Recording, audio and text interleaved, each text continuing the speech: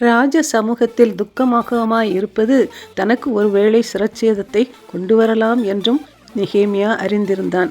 ராஜாவை விட்டு சற்றும் வெளியே போக முடியாத பதவியில் இருந்தும் அவன் ராஜாவுக்கு முன்பாக தனக்கு இத்தனை காலம் வேண்டும் என்று துணிந்து கேட்கிறவனாக இருக்கின்றான். இன்றைக்கு இதை நாம் படிக்கும் பொழுது நம்மை நாமே சற்று ஆராய்ந்து நாம் பார்ப்போம். நாம் மத்தேயு 24:9 நம்ம பார்க்கின்றோம். அப்பொழுது உங்களை உபத்திரவங்களுக்கு ஒப்பு கொடுத்து உங்களை கொலை செய்வார்கள், என் நாமத்தின் நிமித்தம் நீங்கள் சகல ஜனங்களாலும் பகைக்கப்படுவீர்கள்.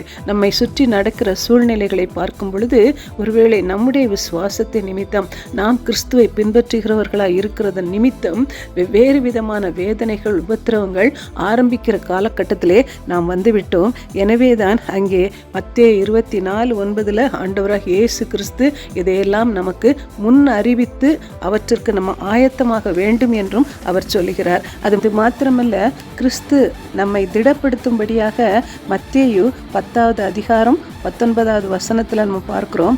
அவர்கள் உங்களை ஒப்பு கொடுக்கும் போது எப்படி பேசுவோம் என்றும் என்னத்தை பேசுவோம் என்று கவலைப்படாதிருங்கள், நீங்கள் பேச வேண்டுவது அந்நேரத்தில் உங்களுக்கு அருளப்படும்.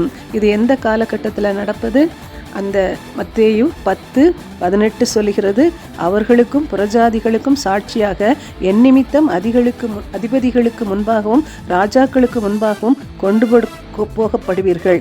அந்த சூழ்நிலையில் அப்படி நம்மை அடிக்கப்படும்படி காவலில் போடப்படும்படி கொண்டு போகிற நேரத்திலே ஆண்டவராக இயேசு கிறிஸ்து நமக்கு கொடுத்திருக்கிற ஒரு வாக்கு தத்தம் அங்கே மத்தேயு 10:20 சொல்கிறது, பேசுகிறவர்கள் நீங்கள் அல்ல, உங்கள் பிதாவின் ஆவியானவரே உங்களிலிருந்து பேசுகிறவர். இந்த பகுதியை நாம் பார்க்கும் பொழுது இவ்விதமான உபத்திரவங்களின் ஆரம்ப காலகட்டத்திலே நாம் வந்திருக்கிறபடியினாலே நெகேமியாவினுடைய முன் மாதிரியை பார்த்து நாமும் விசுவாசத்திலே ஆழமாக வளர வேண்டியவர்களாக இருக்கின்றோம்.